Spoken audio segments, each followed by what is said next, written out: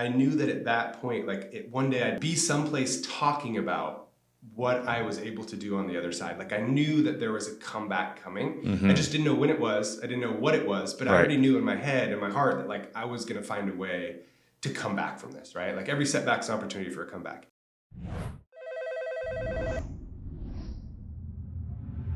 All right, guys, welcome to the Closers Network podcast, the only place to get the tools that you need to make between $10,000 and $30,000 per month as a high-ticket closer, even with no experience.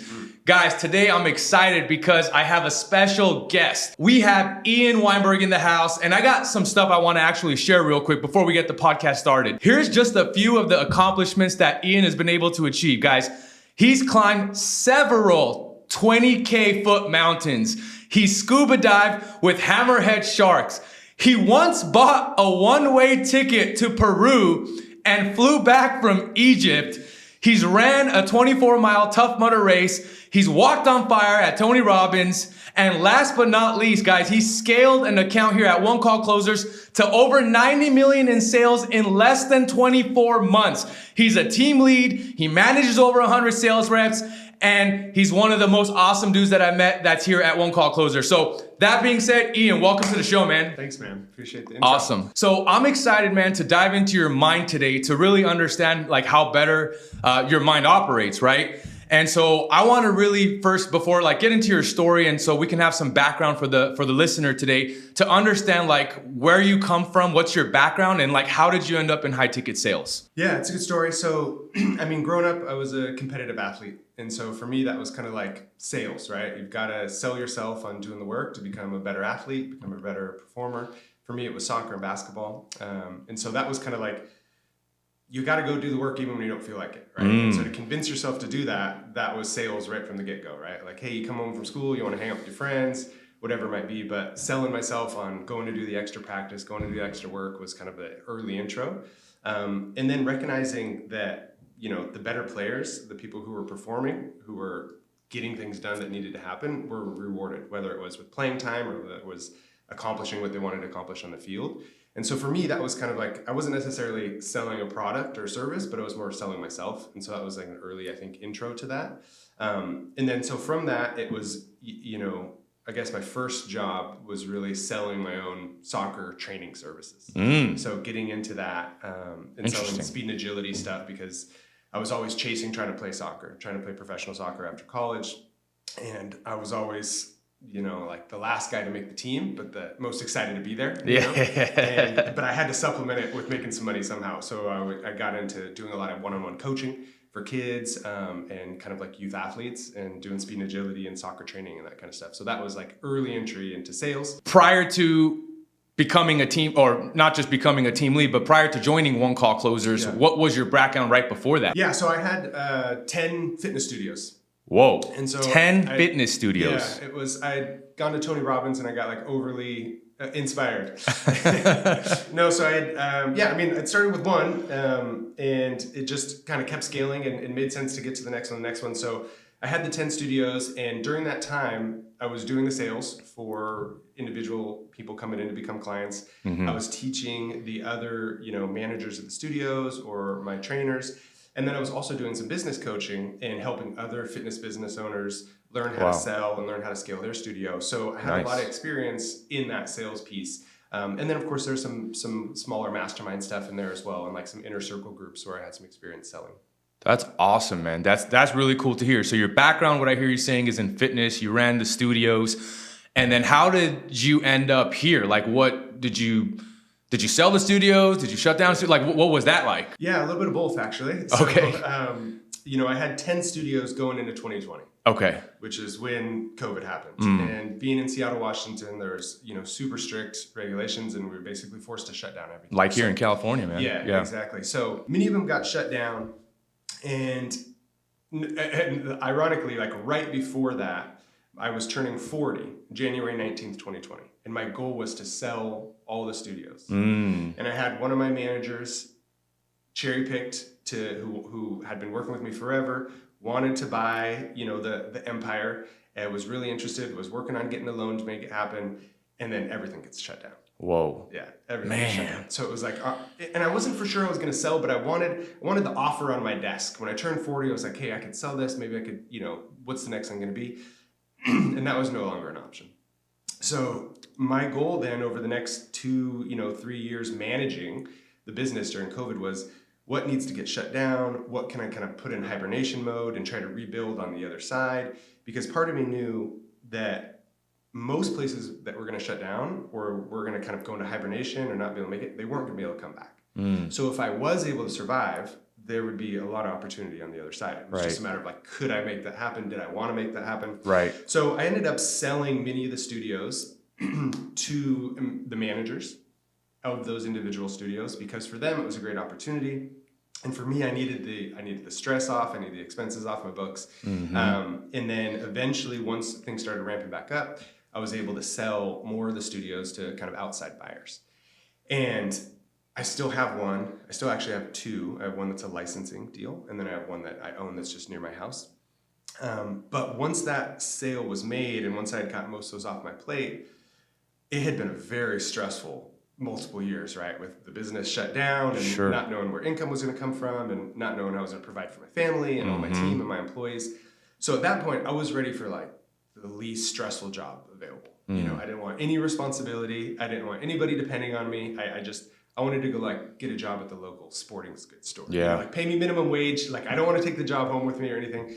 And then I wind up with a job where I'm managing, 100 plus people. So it's kind of the opposite of what I was looking for, but actually it was certainly what I needed. So as I was making that transition away from selling that last studio and kind of having my hands clean from all that kind of responsibility, I knew I was going to need something remote, something that had a little bit more flexibility. So I couldn't necessarily go and work at that local sporting goods store like I wanted.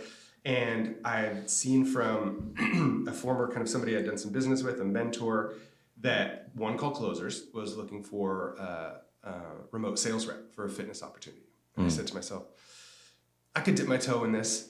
I think I could be good at it. I've got plenty of experience doing sales, especially in fitness space. And I knew I'd need to go back and forth to California for a bit.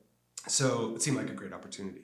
And so that's how I kind of threw my hat in the ring and got connected with the owner, got connected with Rich. Dude, that's freaking awesome. So it's crazy because we've had a few guests, myself, where Rich interviewed me, I interviewed Rich. There seems to be a recurring thing with COVID and making these crazy pivots, but having the pivots work out, right? And it's interesting because there's a lot of people that I know that maybe weren't able to make the pivot, right? And it's because maybe they didn't have mentors, or they didn't have the insights, they didn't have the skill sets to figure it out. They just didn't know what they didn't know. But I find it very interesting that the people that did pivot, they tend to have found a lot of success even in the next thing, in that next chapter. So it's interesting how sometimes like the worst things could make the best out of the situation, right? For sure. And I think people who have experience dealing with adversity and coming out on the other side and finding a positive, it's important, right? Like I remember a very distinctive moment where I was going for a run, which is one of the ways that I help like relieve stress, exercise. I'm going for a run, and I can remember where I was in my neighborhood at the point. And it was like the lowest point. Everything was shut down. Governor's like another extension of like not being able to reopen. Employees are quitting because they want to go on unemployment and like all this stuff, and all the clients are canceling, and I'm like, and I remember thinking to myself, this moment in time is the lowest it's going to be. I mean, it could get a little bit worse, but I knew that at that point, like one day I'd be on a stage, one day I'd be on, I don't even know if podcasts were like that big of a thing at that point, but I'd be someplace talking about what I was able to do on the other side. Like I knew that there was a comeback coming. I just didn't know when it was. I didn't know what it was, but I already knew in my head and my heart that like I was going to find a way to come back from this, right? Like every setback's an opportunity for a comeback. And I knew, and it sucked. And like, don't get me wrong, I was stressed and I was worried, but I also knew that, hey, my time would come, and I think that recognizing even in your darkest points and when you're the most worried that there is going to be light on the other side, you just got to kind of maintain your conviction around that, I think is important. And then, I've got experience dealing with things that are challenging, right? Yeah. And if every time something challenging comes around, you can't see that there's a potential for an opportunity on the other side. And one of my favorite sayings is like, obstacles are actually opportunities in disguise, right? So I love that. COVID wasn't just an obstacle, like it was like a serious thing. Yeah. But there was certainly a massive opportunity for me on the other side of it. That's awesome, man. I live by intention is greater than method. And what I heard you kind of say is like you had intention to figure stuff out. You weren't sure exactly how that was going to be, but you knew that, hey, it's going to come together. I'm going to make it work. Yeah. So that's awesome. So can you share any like specific examples or practices like or maybe things that you've done like personal development wise or resources that have been helpful for you or been impactful for you to be able to do what you did, right? And make the pivots and course correct and all that. Like, how was that journey for, like, how did you end up there? Was it like overnight? Did you invest in any mentors? Did you get trained by anybody? What'd that look like? Yeah, I always say it was like a 10-year overnight success with my fitness business, right? And I learned early on that like there's a lot of things I didn't know. And I think I had the benefit of, like I said, being an athlete for such a long time and benefiting from coaching. And hey, here, this was a good coach. This coach was all right. This one sped up my progress a lot. And knowing that a coach can take you from A to B a lot faster than you can go by yourself because you don't know what you don't know. You don't know how to get there. And if you can learn from other people's mistakes, like your time collapsing success for yourself. And so when I got into the fitness business, like when I just started, before I even had my own space, I reached out to get a mentor. Right. And I got on email lists of all the people who were doing things that I wanted to do and figuring out how to do that. And then it made sense to make the first investment. And it was a small investment, but I got return on it. And then it was a bigger investment. And then it was, hey, what masterminds can I join or what events can I go to?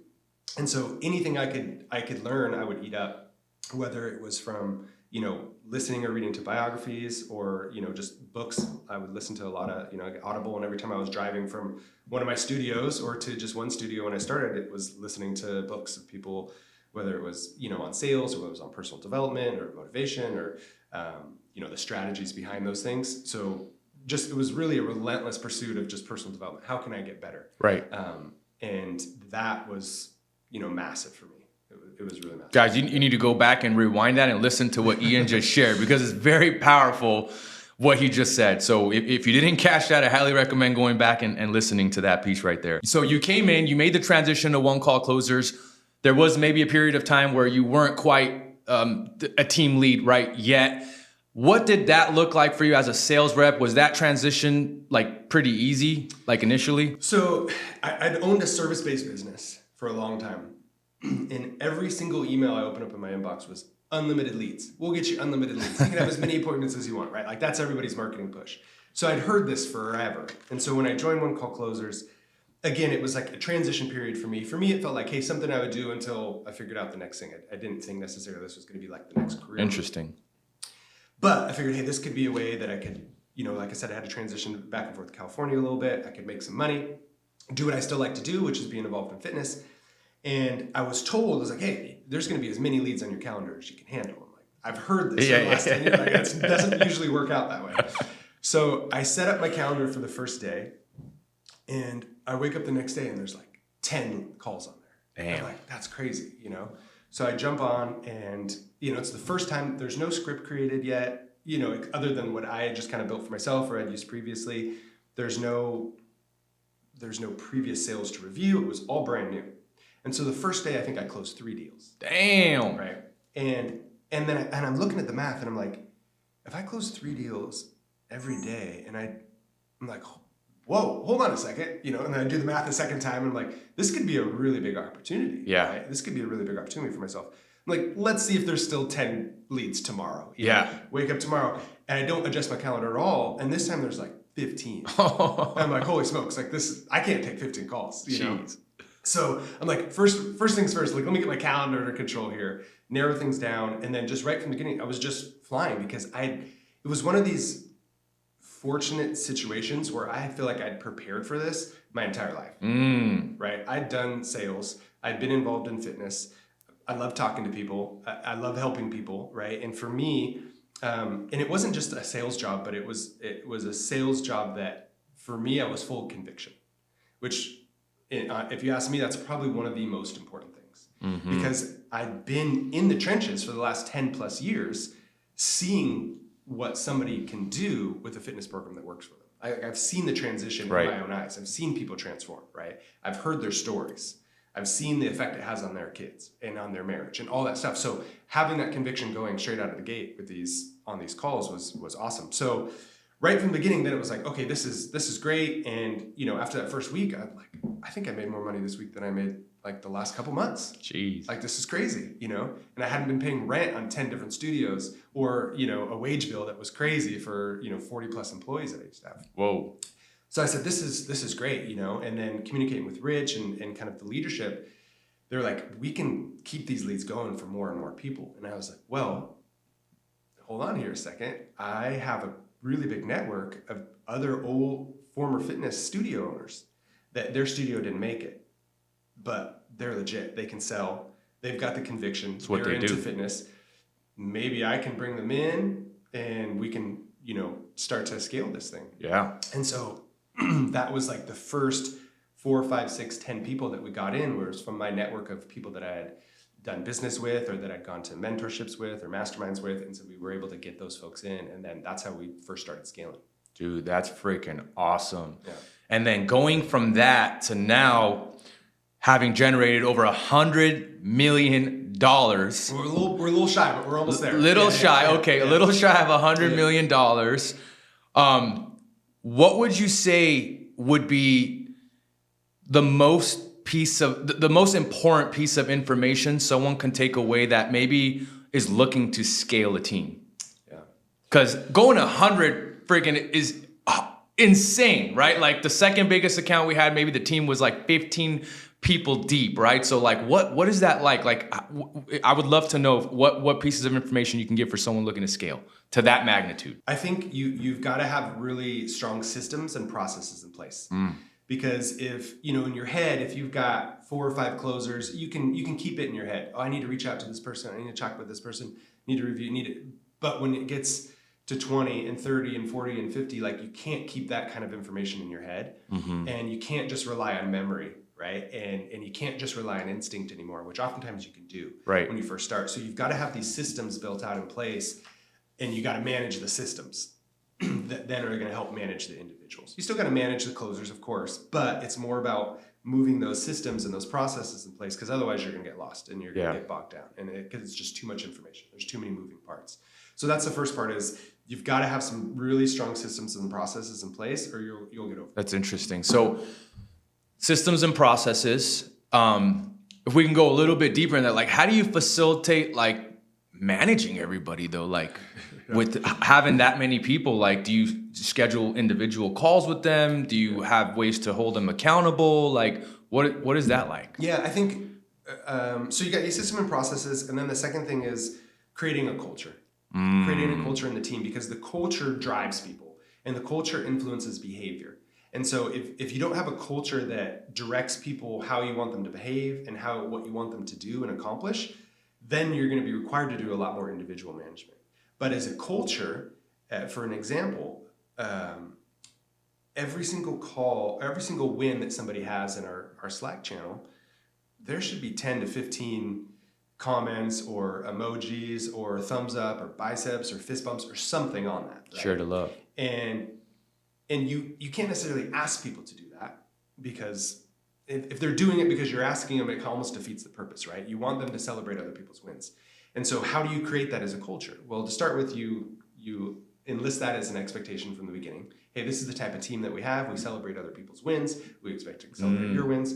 We lead by example. So if there's not, I remember sometimes somebody reached out on the team. They're like, hey, Ian, are you okay? Because 1, my morning message didn't get posted. And then 2, like a couple of wins didn't have a comment for me. And they're like, that's so weird. He must be like, abducted by aliens Something's or up. something, right? Because the consistency of those things were there. Because that's a culture that we have, right? So it's having these systems and processes, having this culture created that directs people to behaviors that you want, that you're trying to influence, that are going to have positive impacts on the team. So those, I think, are the 2 that, and then after that, yeah, there is individual management for each individual, right? Because, what I've learned early on was people are motivated by different things, right? And so if you can tap into individual closers' motivations, you're going to have a better opportunity to like get them to do the things that are going to help them be successful. That makes a ton of sense, man. That makes a ton of sense. Can you recall a time where you had to make a really tough decision as a team lead? Yeah, for sure. So, we've had closers come in that have done really great. And the better they do, the better the team does, the better I do financially. But if I don't think they're a good fit culturally, or because there's a loss of trust, then we've let them go. So we've let closers go that are top 5. And oh, wow. And that closer was making me a lot of money, 100%. But long-term wise, culture fit, it wasn't the right fit. And if we let that person continue to do what they're doing, other people feel like it's okay. How do you approach that? How do I approach it? Yeah, like when you have to have that conversation. Like first I clear it with leadership to let them know, okay. Hey, we're gonna let somebody go that's making the company a lot of money. But I think in the long run, it's the right move, because in the long run, we're gonna make more money before of it. We're gonna have more impact, because what happens is if you're not a top performer and you see a top performer doing something and they're either rewarded for it, then you feel like it's the right thing to do. Or if there's no repercussions, you also feel like it's the right thing to do. They're allowed to do it, that means I'm allowed to do it. And so there's a trickle-down effect. And so if that's stomped out early, that type of behavior that you don't allow or that's not a culture fit, then they realize, oh, holy smokes, they let go of this person who is doing amazing. That's right. They're going to kick me out in a second if I'm not doing the things that aren't supposed to be being done. That's right. So it's back to setting expectations. Yeah, right? for sure. And I think, going back to kind of what you mentioned about how to manage such a large group, it's communication. Right. So you've got your systems process, you have your culture, and then you have the communication. So to start with, it's communicating with my leadership to make sure that we're all on the same page for that. And then communicating to that individual that, hey, X, Y, and Z, did you realize that this is what you were doing, or this is what happened, and did you feel like that was part of our culture? And if they say yes, then it's like, hey, I got to take part of that responsibility that I didn't make that clear enough. But part of that responsibility is on you to see how different that is, and there's not going to be a fit here anymore. Or if they say, yeah, I know that's not part of the culture, I did anyway, it's like, well, hey, that's a good reason why we need to let you go. Right. But either way, it's tough, and it's never easy, because most people aren't doing those things nefariously. Yeah. But at the end of the day, it's the team's bigger than an individual. For sure, man. I'd love to better understand from you, what the difference between feedback and criticism is. We can dive into that a little bit. Yeah, I think it's just it's how you interpret it. Mm-hmm. So I can go to somebody and say, or I could receive hey, we didn't do good enough last month. Is it criticism? Is it feedback? Right. For me, if there's some truth behind it and there's an opportunity to rectify it, it's just feedback. Okay, all right, where did we go wrong? How can we fix it this month? Right. Versus oh man, I'm always getting criticized, it's never enough, this and that. And that is such a big, important piece, because if you always have this lens of viewing feedback as criticism, oh, he always wants me to get better. It's like you can tell somebody hey, I don't think you reached your potential last month. And then somebody can view that as oh, they never think I'm good enough. They always want more. I can never satisfy. Or you can go, oh man, this person sees me as being even better than I am. This person sees, more, this person wants to get more out of me than I knew I could even give. Can I raise my own expectations? Can I raise my own standards? And so I think that's an important part, especially in our team, right? It's hey, I'm going to give people feedback if I think they can get better. If you're not getting feedback from me, it might not be a good sign, because it might actually mean that I don't think you get any better, right? Yeah. But so the feedback's going to come, and it's not, it's not criticism, but people can view that, and depending on how they woke up that morning, right? Oh, it's I'm getting criticized, or hey, here's some feedback for how I can get better. Do you think it's the growth-minded people that are open to the feedback, and then the closed-minded people that are oh man, generally, yeah, for sure. People who tend to be a little bit more defensive, maybe. Yeah. Hey guys, one question that Mike and I get asked all the time is, how do I go from where I'm at now to making $10,000 to $30,000 a month in remote closing? And Mike and I are big believers in coaching in general. We spent thousands upon thousands of dollars to get to where we're at now. So what we've done is we've just released one-on-one coaching for those of you watching this that want to break into the space and start making big commission checks now. One-on-one help, one-on-one guidance to show you exactly what to do, what not to do, when to do it to get you the results that you want. If you're watching this and you want to apply for coaching with us, now every month we're going to accept 5 coaching students into the program that want to get to that $10,000 to $30,000 a month mark. If that's you, all you got to do is go to bit.ly/ Closers Network Coaching, or you can click the link in the description below. Back to the podcast. Building conviction is super crucial in sales, right? What strategies or practices like have helped you, right, that you've shared with your team build and maintain strong conviction? Yeah, so, I think you take a step back, and it's important to have empathy, right? I think that's a really underrated piece of sales, because when you can empathize, you can put yourself in their shoes and you can feel what they're feeling, and you can understand what their fears are and what keeps them up at night and what a win would feel like for them. And then you can speak to those things, right? And so that's the first part of that conviction. But then you've also, like I said, before closing here at One Call Closers and manage this team, like I was boots on the ground in the trenches for what fitness does for people, right? And seeing it firsthand.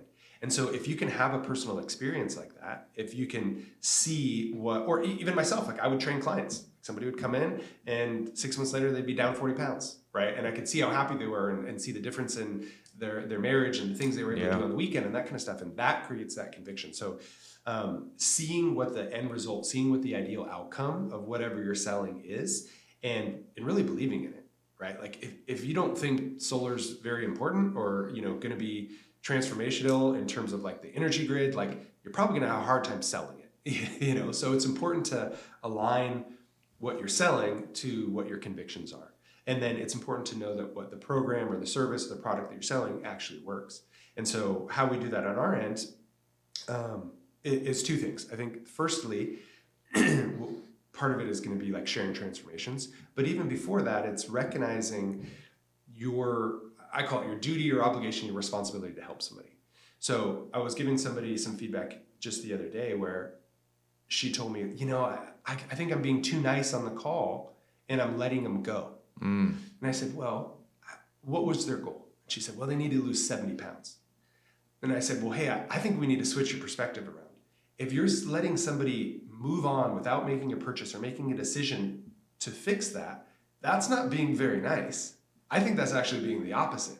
Now, if I were to put you in a car and you pulled up to an intersection and there's a crosswalk and there's a grandma walking across the street with a walker and she falls over, like you're there, do you get out of the car and help her up and help her get out of the crosswalk? Right.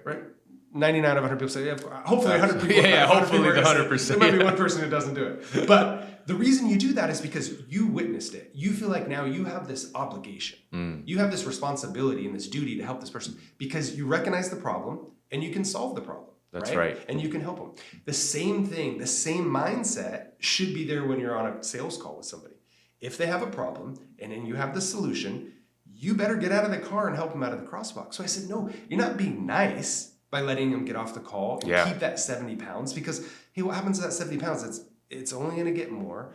We know they're going to be high risk for a lot of really scary diseases. We know that their quality of life isn't very good. If they got kids, they're probably not passing on the healthy habits that we want. They're probably not able to do the things with their kids that they probably want to do. So no, you're not being nice, right? It's the opposite. If you're going to be nice, you're going to get them to make a decision to change their life.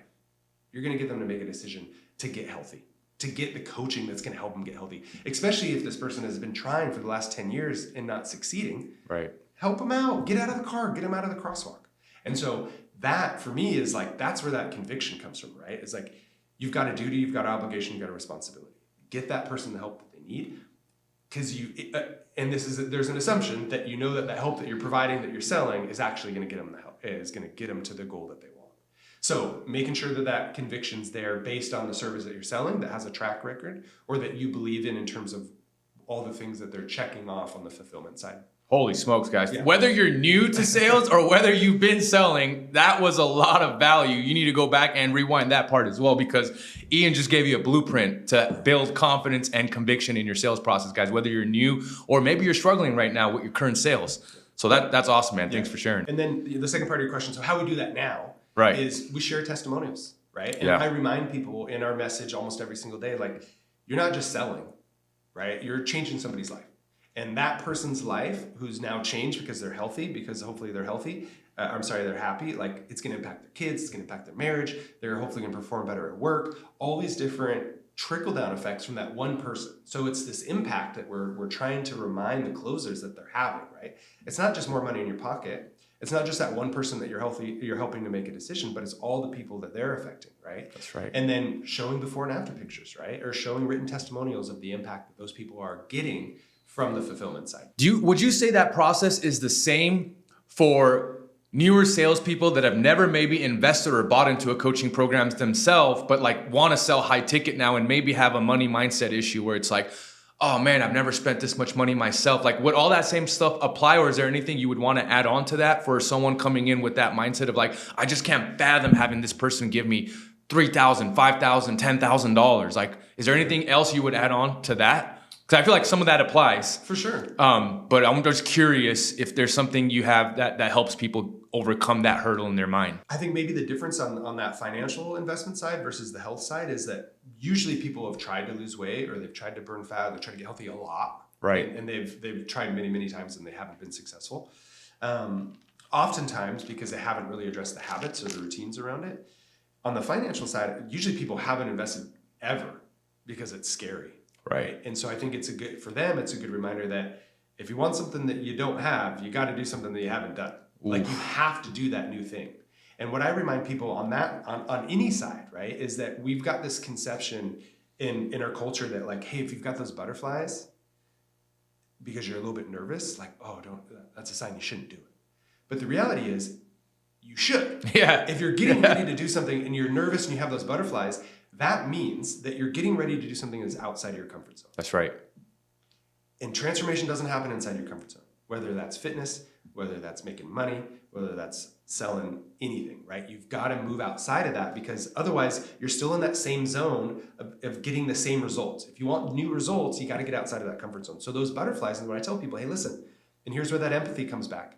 I know you're feeling those butterflies, right? So if I can speak to the conversation in your head, hey, if you've got those butterflies in your stomach right now, that's actually a sign you should do this. Right. Because that means it's something different. And if you keep doing the same thing, you're going to keep getting the same results. So isn't it time we do something different? And then you get them to do that, right? And if you don't have those butterflies, maybe you shouldn't do it because it's not a big enough jump, right? And then they go, okay, I've got those butterflies. That makes sense for me to do it. Boom, boom. That's awesome. You often mention the phrase, champions do more. I'd love for you to elaborate on what the meaning behind this phrase is and how it's influenced you and in your sales and your leadership. Yeah, I mean, this is one of those things that comes back to sports for me and athletics. It's like if most teams, youth teams, you practice twice a week and you have games on the weekend. If that's all you're doing, like you're just going to stay the same as the rest of your teammates generally, right? Like you've got to do a little bit more. Can you show up early to practice? Can you stay late? Can you go extra? All these different things. It's doing more is always going to be the differentiating factor, right? Because you get more reps in, you get more comfortable with it, you get more familiar with the process, you get better, right? Like more repetition is gonna equal better, and when you get better, you get more comfortable. And so for me, that was something in sports always. I remember, this is kind of a funny story. My freshman year in college, after my freshman year, I sat down with a coach, and end of the year kind of like progress report type thing. I said, hey, next year I want to be starting center midfielder, and like I want to be this and that, start of the team. What do I need to do? And my coach, who's a real character, and said this facetiously, like sarcastically. He's like, I don't know, man. Because I was athletic, I was pretty good, but not great. And he goes, you probably need like 1 million touches on the ball, And I'm like, oh, 1 million, and for me, I'm like, okay, I could probably do that next season. And in his mind, he was like blowing me off, right? Like, it's not going to happen, So I go back to my room and I go, back to my dorm room. I go, how can I get 1 million touches on the ball before the fall season? And I said, okay, well, let's do it. Like I was in Bellingham, Washington. It's like not great weather during the winter. I said, maybe I can go into the racquetball court. So the next morning I get up, I go into the racquetball court. I get kicked out by the janitor. He's like, oh, you can't be in here in the soccer, And I realized he came in at 8 o'clock. So the next morning I come in at 7. And he comes in at 8 and he kicks me out. And when I'm in there at 7, I'm passing the ball against the wall, I'm receiving it, I'm juggling, I'm passing it, I'm keeping track of how many times I'm touching something, right? And it's a lot in an hour because the ball comes right back to you, you're touching. And then I go, okay, if I can get this many touches in an hour, let me do the math to get to 1 million by the fall.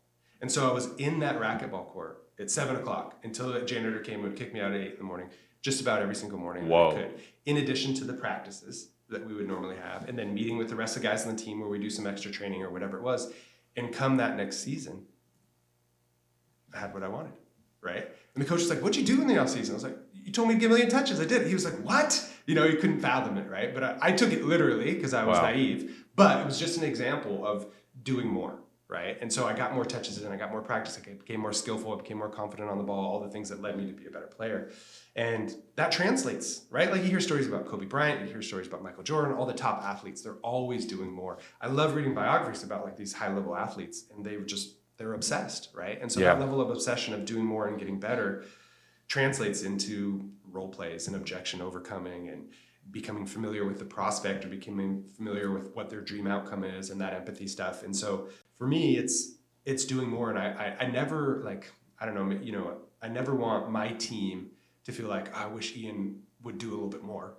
You know what I mean? Like I never would want somebody to say like, leading by example. For sure. And their success is tied to my success, right? Like I'm not successful unless they're successful. So I try to pass that out, I try to build that into the culture. That's what we do, right? We do more here, we don't do less. And, you know, to be a champion, like you've got to do a little bit more. And that can manifest in different ways in terms of, you know, more studying or watching more sales calls or taking more sales calls or doing some outbound or whatever it might take to reach your goal. Dude, that's freaking awesome. And I love, so when you said you reverse engineered the math basically, right, is where I went in my head was I heard David Goggins actually talk about when he was getting ready to do to beat the pull-up record, the world pull-up record.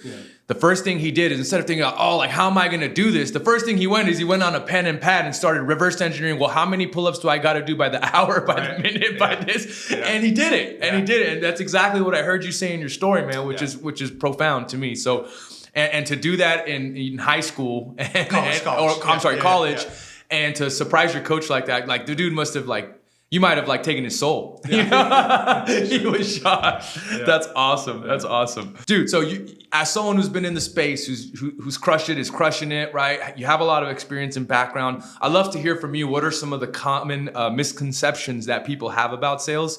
And how like, first of all, I want to hear like what, you know, how do you debunk them, I guess? What misconceptions do you think people have about sales? Well, the first one, right, that comes to mind is like, oh, every salesperson is looking to take my money. They're snake oil salesmen, right? I can't trust this person, right? Like those are some of the first initial thoughts that I hear, like maybe more than 80% of people talk about when they talk about salespeople. And I want to get rid of that. That stigma. And I feel like we need to get out there and talk about sales in a more ethical, professional way and do it the right way and lead by example. So I don't know if you have anything you can share around that. Yeah, for sure. I mean, you know, it's interesting because sales is everything and it's everywhere. And to think that like there's like salespeople out there, and for sure, like you go to the wrong used car lot and you might get in trouble, right? There's a used car salesman there that might get you in trouble. But sales it's in every interaction, right? It's selling your kids on brushing their teeth. It's selling them getting up so you can get to school in the morning. It's selling your wife on you or on the proposal. I mean, like it's literally everywhere in life. And so I think it's, number one, it's an incredibly valuable skill to have. You know, even for me, like my mom has been in and out of the hospital for years. And so you've got to have this sales ability to like navigate the medical system, right? And to advocate for yourself or for somebody that you care about. Like you've got to sell the doctor on spending a few more minutes in the room or on the nurse on like, are you sure this is the right medication? Are you sure this is the right, like it's everywhere. It's such a valuable skill to have. So that's the first thing I think that's important to remember. And then, I mean, I think for me, I'm a positive guy. You know, I lean on the side of optimism, and I think most people have the best of intentions. Right. And so I think as long as, you know, you're setting yourself up in a position to buy something that you feel like you need, you know, like hopefully you're going to be in the scenario where you're not going to be taken advantage of.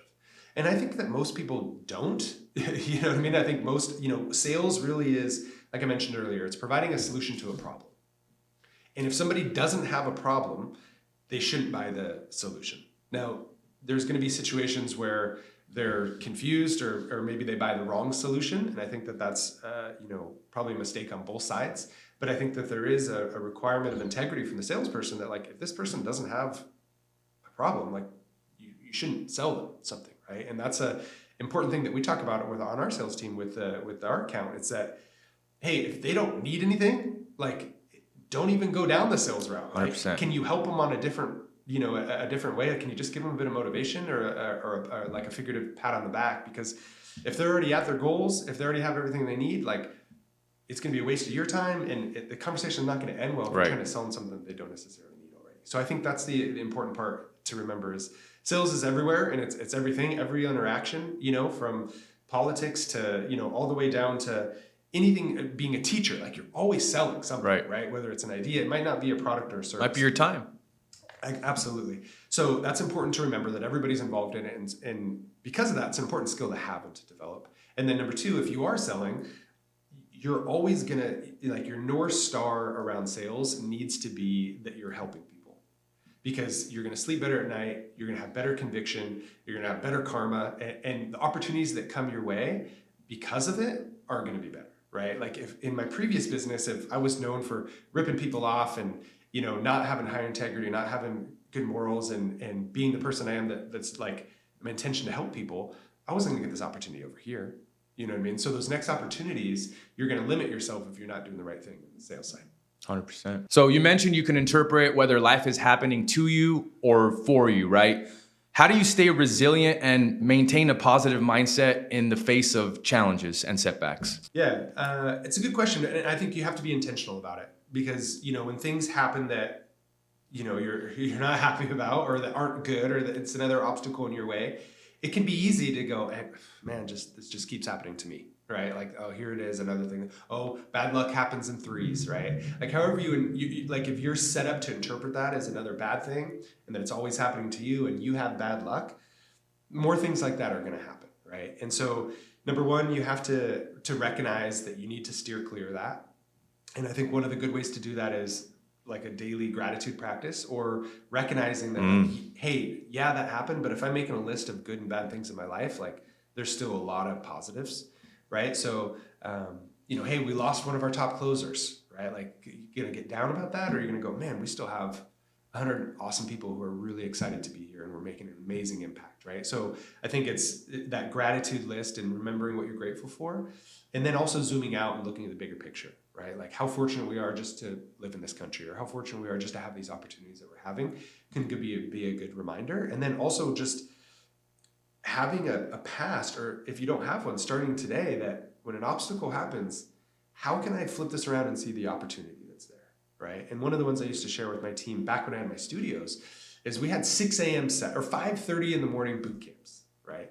And every once in a while, somebody would sleep in. Coach would show up, right? Jeez. And this is a big obstacle, right? Because my phone's blowing up. I'm getting all these emails. Oh, the coach wasn't there. I got up early and I showed up and they weren't there, and I want my money back and this and that. And they're pissed, right? Understandably. If I woke up at 5:30 and there's nobody there, I'd also be disappointed. What's the opportunity?